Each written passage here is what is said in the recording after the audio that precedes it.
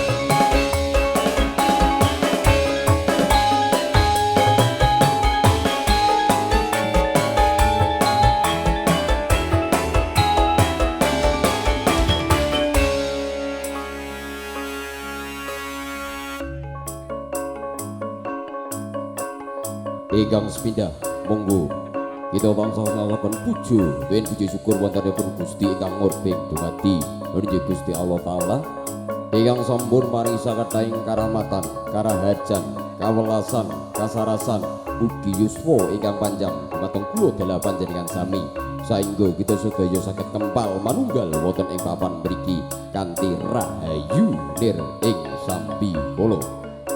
Boten kasupen sholawat ma'a salam ugi tetep kunjuk dumateng tujuan kita Nabi Muhammad Rasulullah sallallahu alaihi wasallam ingkang tansah kita antu-antu menggah syafaatipun wonten ing dinten akhir samangke.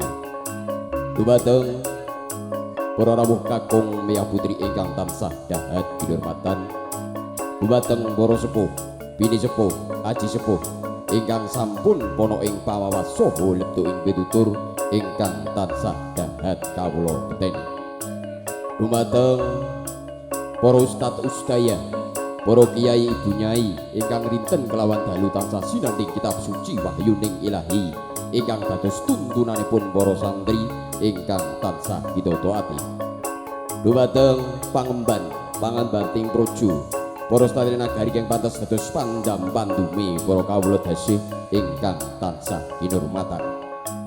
Boten kata lumpin kunjuk atur dumateng pepunden kawula menika panjenenganipun Bobo Serka Miftahul Budaya sekalan Ibu Lina Kristiana ing kalodhangan wekdal menika nembe ngayahi kewajiban nonindih netakaken ingkang putra kinasih nonindih Nak Mas Bagus Javin Maulana Huda kanthi pangajab Amugio putra ingkang dipun letakaken dados putra ingkang soleh mituhu dumateng tiyang sepuh migunani tumrap nusa bangsa tuwin agama amin ya robbal alamin.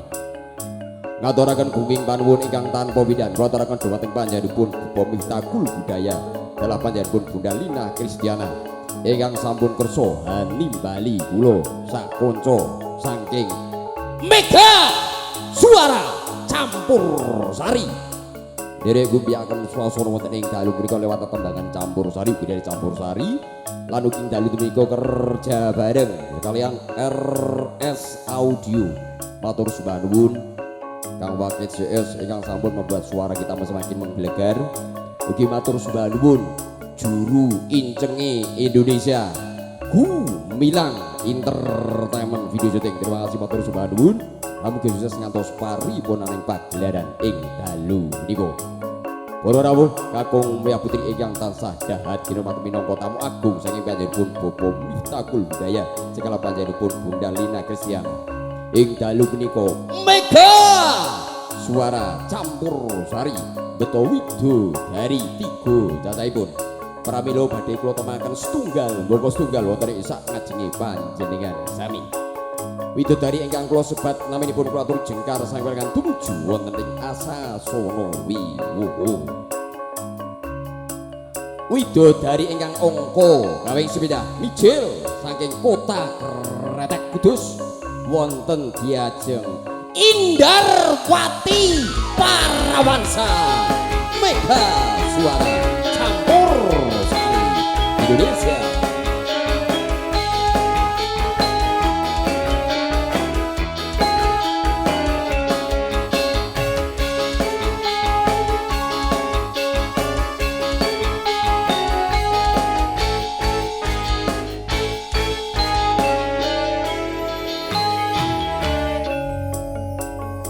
Wondene widodari ingkang angka kaping kalih benten kalih diajeng Indarwati Parawansa mijil saking kota Wali Demak Bintoro.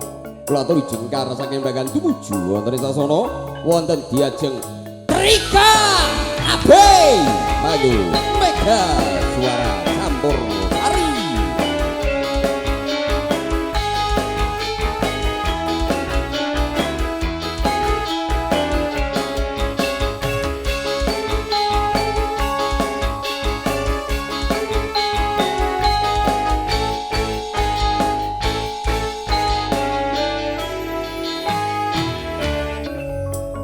Wondene widodari ingkang angka kaping 3 benten kalih diajeng Indarwati benten kalih diajeng Trika ingkang ngagem parabola.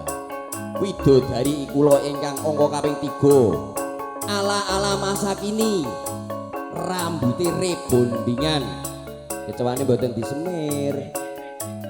Oh rambut rejing kaku ya. Monggo kula aturi jengkar saking Palenggan tumuju wonten sasana wonten diajeng Niken Ayu Mega Suara Campur Sari.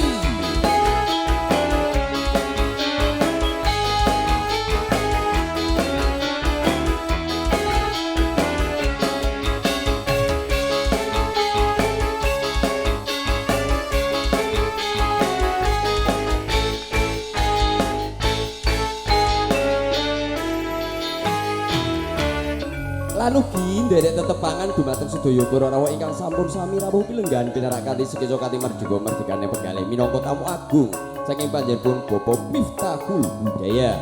Kawula piyambak MC ahenya Indonesia timbul jaya kanthi hasesanti terus karya tataning bumi kanthi nguri-nguri kabudayan Jawi.